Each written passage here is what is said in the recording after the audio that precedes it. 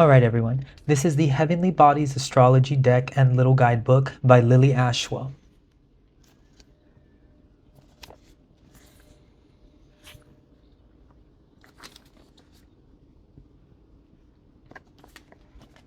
All right, let's get started.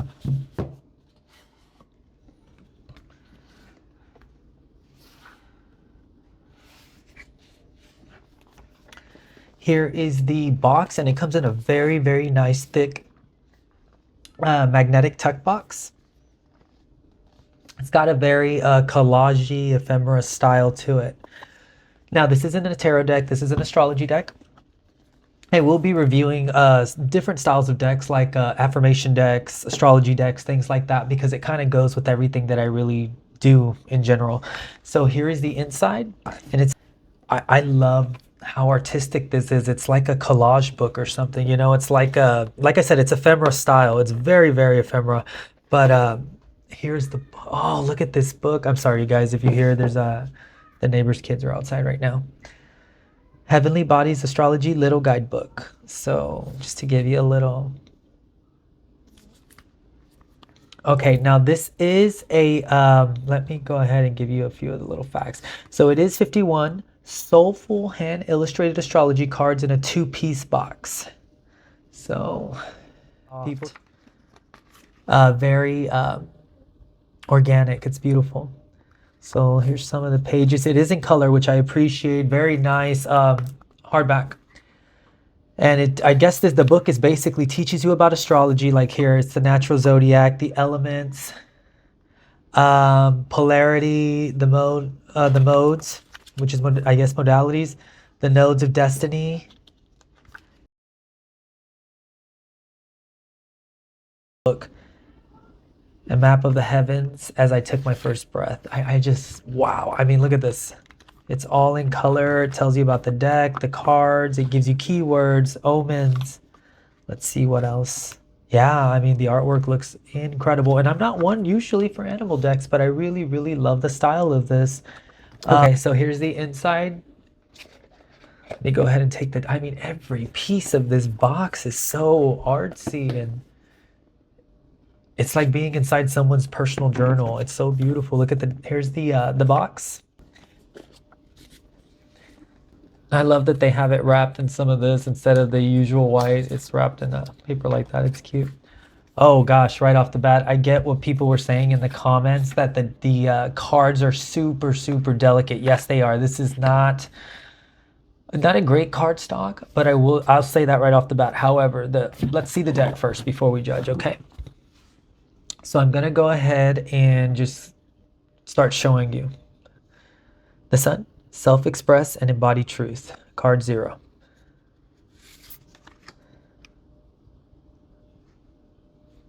The Moon, satisfy emotional needs, nurture self and others. So it gives you little keywords to follow. And I mean, these are perfect to pair with your tarot decks. You can even use the affirmation cards that I was telling you about, the Memento Mori. Like, they can be used as a trifecta to really get down to the bottom of what's going on. Mercury, think, learn, network, and communicate.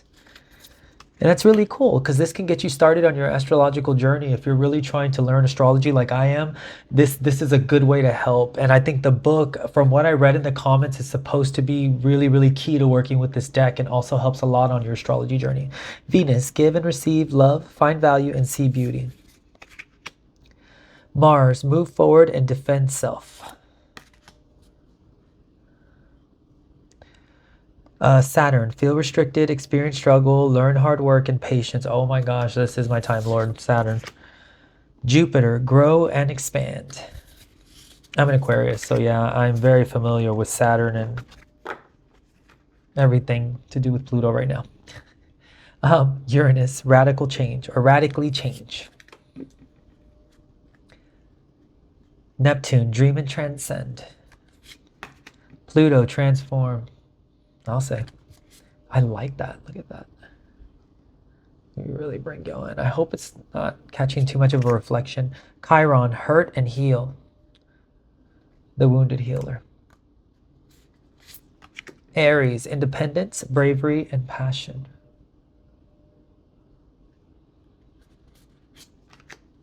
Taurus, trust, patience, and sensuality. So it's a little bit of everything. You've got you've got Chiron, you've got the houses, you've got, I mean, I love how this is all paired so far. Taurus, Gemini, curiosity, intellect, and networking. Cancer, nurture, comfort, and protection. Oh, and the guidebook is 144 pages. Leo, self-confidence, loyalty, and creativity. Virgo, integrity, reverence, and service.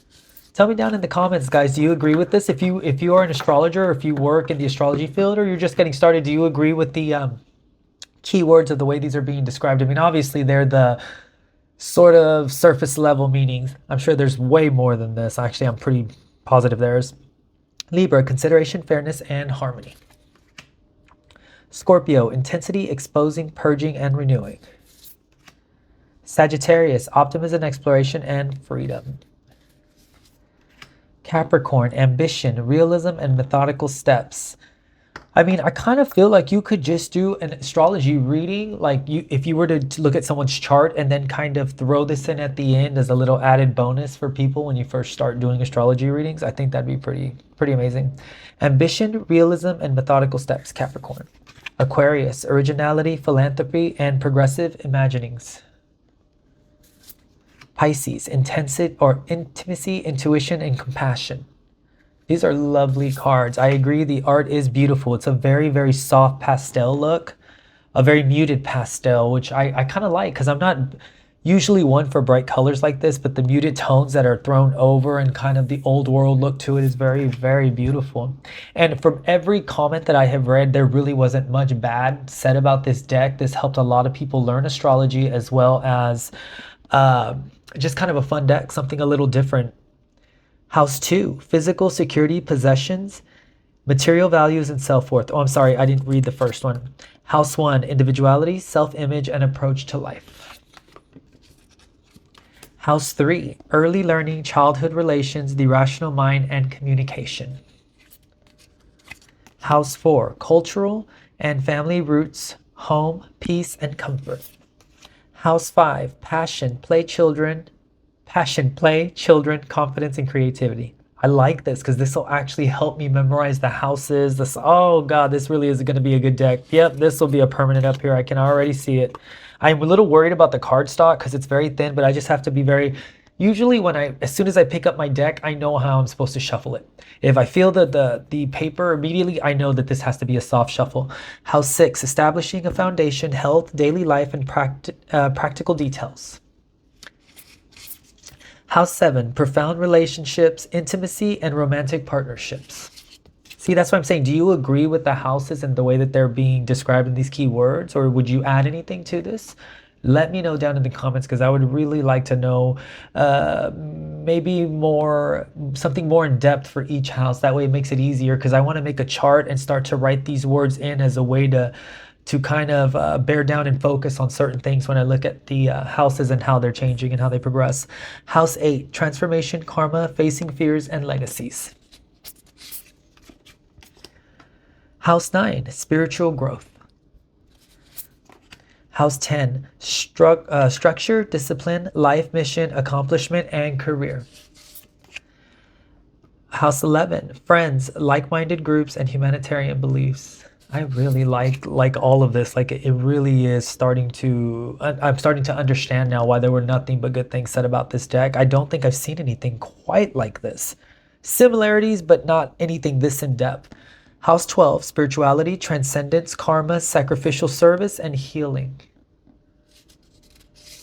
I always thought House 12 was the house of the mind, of the things that no one sees, or the things, I don't know, maybe I'm completely wrong. Conjunction, a union, merging, and coming together. See, so it also explains certain words in astrology that, yeah, it'll be a good way to kind of make it a reminder for you, essentially. Opposition, imbalance, a point of tension, and a power struggle. Trine, angelic support, harmony, and perfect flow.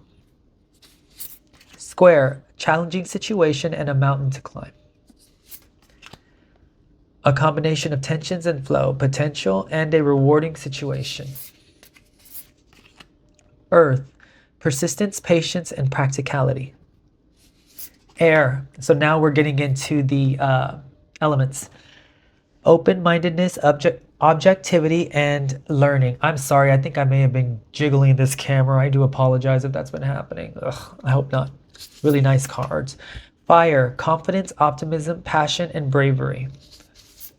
So see, this will help you also with learning the elements. See, this also pertains to tarot, in my opinion. Water, spirituality, emotion, intuition, and compassion. Like I was saying in the Memento Mori cards in another deck that I reviewed, you can look at like water. What does water mean? What does it entail spirituality-wise? Fire is confidence, optimism, passion, bravery. Water is considered spirituality, emotion. So if you see water in certain tarot cards, this may be what's trying to be conveyed. So these are things to look at when you pair them. Intuition, trust, patience, spirituality, and receptivity. Yin. See, you got yin and then you've got yang. Proactivity, expression, doing, and forward motion. So, I mean, man, this is a really like kind of all-around deck. Cardinal. So the cardinal signs. Instigation, bravery, and a pioneering spirit. Fixed signs, which is what I am. Stability, persistence, loyalty, and dependability. Mutable. Surrender, fluidity, and welcoming change. Here's the North Node, destined to have. South Node, destined to release. And here are the backs, just to give you a quick example. Very simplistic, beautiful art. I absolutely love the deck. I can't remember what the deck was off the bat. I believe it was about $40 when I bought it at Barnes & Noble's. It was a little under 40. I think it was like $36 or something.